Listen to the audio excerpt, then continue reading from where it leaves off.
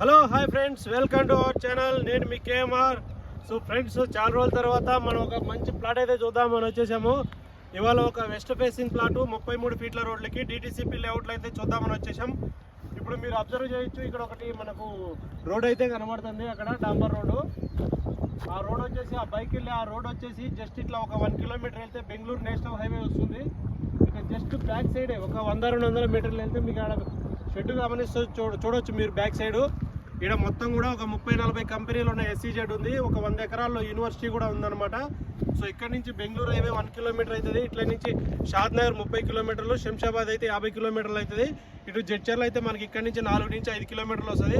మంచి ఎంప్లాయ్మెంట్ ఉన్న జోన్లో మనకు డిటిసిపి లేఅవుట్లో మంచి ప్లాట్ అయితే వచ్చేసింది.